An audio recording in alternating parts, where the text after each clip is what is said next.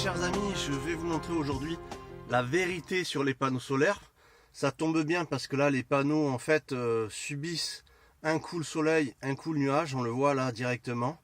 Donc cette variation va nous prouver en fait la vérité sur les panneaux solaires. Je vais vous montrer via l'écran déporté MT50 que je vous conseille avec le régulateur MPPT. Alors là donc je sélectionne. Ça c'est la ligne directe du MPPT. On voit que je consomme en fait ce fameux petit chargeur en 12 volts que je vous conseille, que je mettrai en lien également, qui est magique parce qu'il passe du 12 au 19 volts de votre ordinateur, donc consomme très peu. Donc sa consommation réelle c'est 2.2, c'est-à-dire 2 ampères 2, c'est sa conso. Hop, là je l'ai désélectionné, pardon, parce que ce qu'il y a de bien c'est qu'avec ce bouton vous pouvez arrêter à tout moment la conso.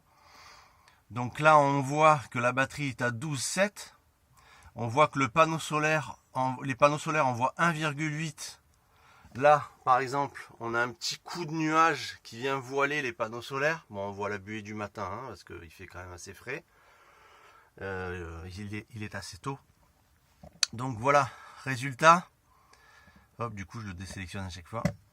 Donc les panneaux solaires envoient 1,8 et le MPPT le transforme en 2.2 ampères. Bon là on est passé à 1,6. On voit un petit peu, voilà, donc le chargeur consomme 2 ampères 5. Ce chargeur là qui va remplir en fait la batterie. Moi c'est ce que je fais, je remplis mon ordinateur. Une fois qu'il est plein je l'enlève et puis je dure 3-4 heures sans utiliser d'énergie. Ça me permet de ne pas consommer d'énergie.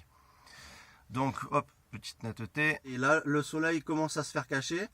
Et ces variations vont nous montrer la vérité sur les panneaux solaires. À savoir 3 panneaux, 200 watts en tout avec celui qui est sur le toit. Alors qu'est-ce qu'on a à l'écran? On a, je fais un peu de netteté, on a là je vois 2 ampères 5, 8 ampères 5 rentrés par les 3 panneaux avec un petit peu de luminosité. Là on est passé à 6. Là on est à 7 ampères. Vous voyez la tension de la batterie à 13 volts 2.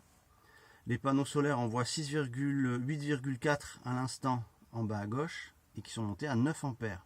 D'accord, hop, ça chute, 6,6. Et je peux vous dire qu'il y a des fois c'est 0,2. Même que j'ai 300 watts en tout, un sur le toit et 2 qui sont dirigés bien évidemment vers le soleil. Voilà la différence. Parce que je peux vous dire que c'est pas la quantité de panneaux solaires. Vous voyez là le soleil en cet instant est caché, c'est génial parce que justement on peut faire cette vidéo. Et à l'instant il ressort. Voilà. Donc c'est pas la quantité de panneaux solaires qu'il vous faut, mais l'exposition bien face au soleil. C'est pour ça que j'arrive à rentrer pratiquement mes 10 ampères parce qu'ils sont dirigés. Celui qui est sur le toit par contre il est à plat, il marchera bien quand ça sera au zénith.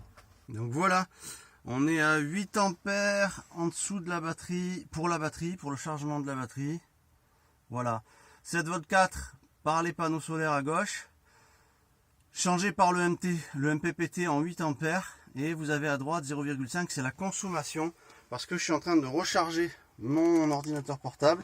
Voilà, c'est ce que j'attendais. On voit en cet instant qu'il n'y a plus de soleil, caché par les nuages, et la réalité c'est que on est à, alors la netteté, voilà, on est passé à 2, 3, on remonte à 6 parce que le soleil ressort. Ces variations nous permettent de voir la vérité. Quand on dit que les panneaux solaires ça marche bien, ça marche pas mal quand il y a des nuages, je peux vous dire que des fois je tombe à 0,2. Donc c'est mon avantage ici d'être à 10 minutes de la mer dans le sud, de pouvoir rentrer un maximum d'énergie. C'est ça qui me sauve en fait dans le fait d'être comme ça sans être alimenté par EDF, par électricité, mais juste avec les panneaux solaires. Ça me permet, vous voyez comme ça monte les variations, 7,9 dans la batterie. Voilà.